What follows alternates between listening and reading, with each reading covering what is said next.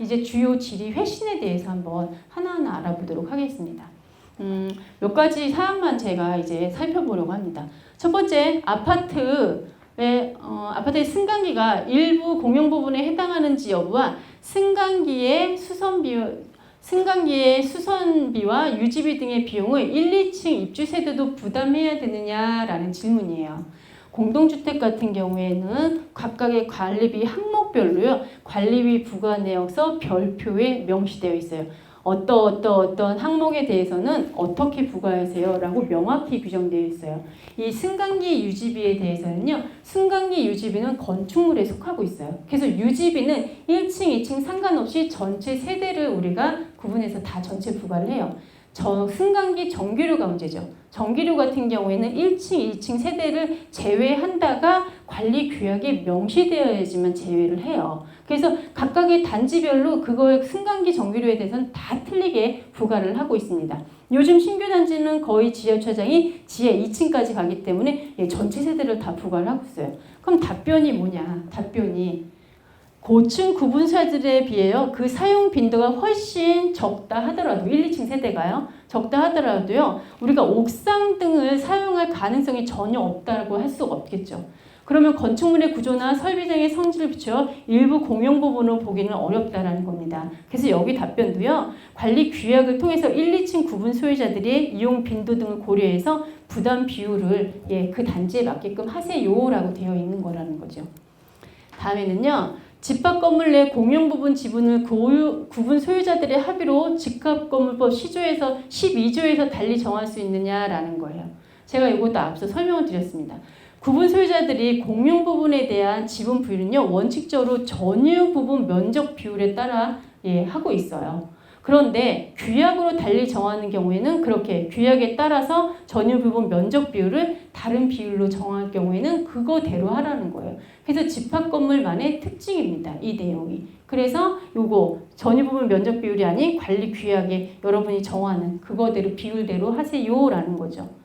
그 다음에는요. 집합건물법상 관리단과 주택법상의 입주자 대표회의는요. 동일한 단체냐라고 묻는 거예요. 보시면 관리단은요. 집합건물에 의해서 구분 소유자 전원으로 당연히 구성되고 있습니다. 집합건물은. 그리고 또 하나 우리 공동주택 같은 경우에는요. 입주자 대표회의가 우리 공동주택관리법으로 변경됐습니다.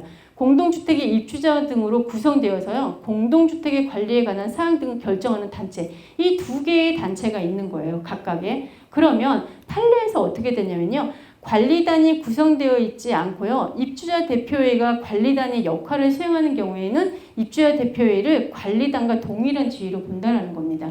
결론은 의무관리 대상 공동주택이 아닌 150세대 이하의 공동주택은 원칙은 집권법에 의해서 관리를 하고 있는데 그렇지 않는 그런 150세대 이하에 대해서는 이렇게 그 관리단의 입주자 대표회의가 관리단의 지위를 본다라는 것입니다. 다음에는 상가와 아파트로 구성된 주상복합의 경우에요. 상가의 공용 부분의 관리에 위한 관리단을 별도로 구성할 수 있느냐는 거예요.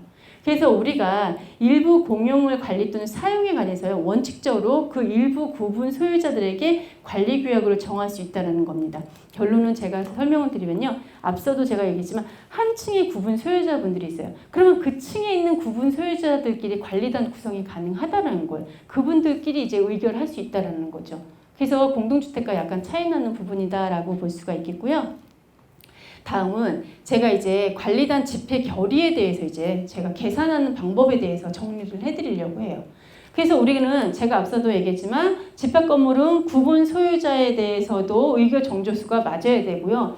의결권에 대해서도 정족수가 맞아야 된다고 합니다. 첫 번째 구분 소유자에 대한 계산 방법을 우리가 알아보도록 할게요.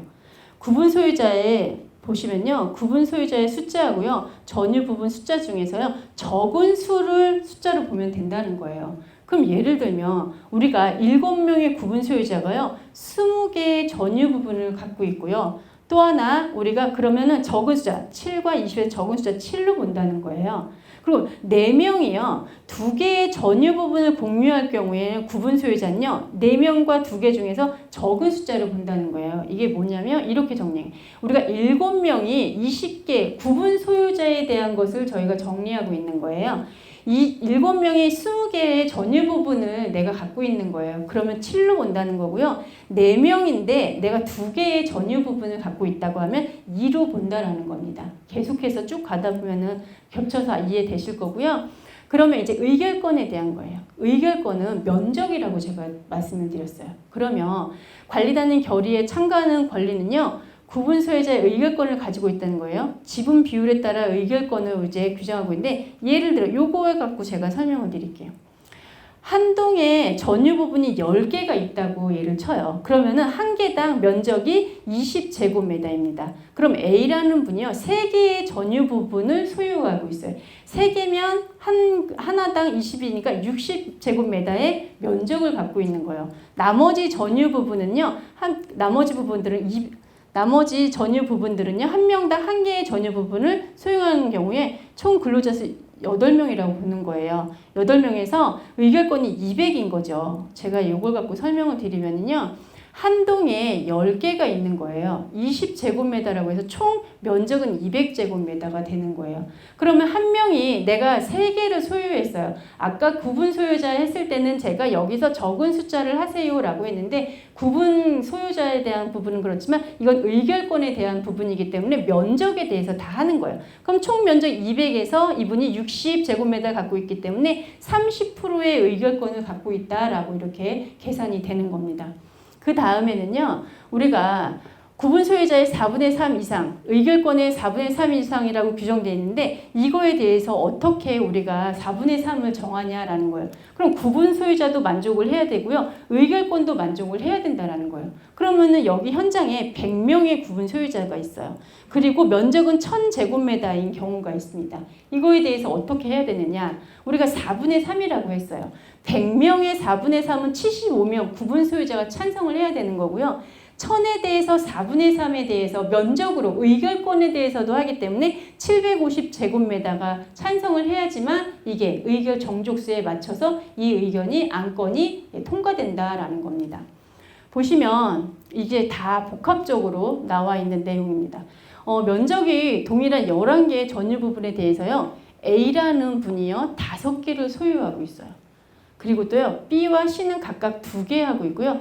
D, E, F 이분들은 각각 1개씩 소유를 하고 있다라고 하면은 A, B, C가 찬성을 하면요. 구분 소유자하고요. 의결권하고 각각 4분의 3이 다 만족을 하냐라는 겁니다, 여러분.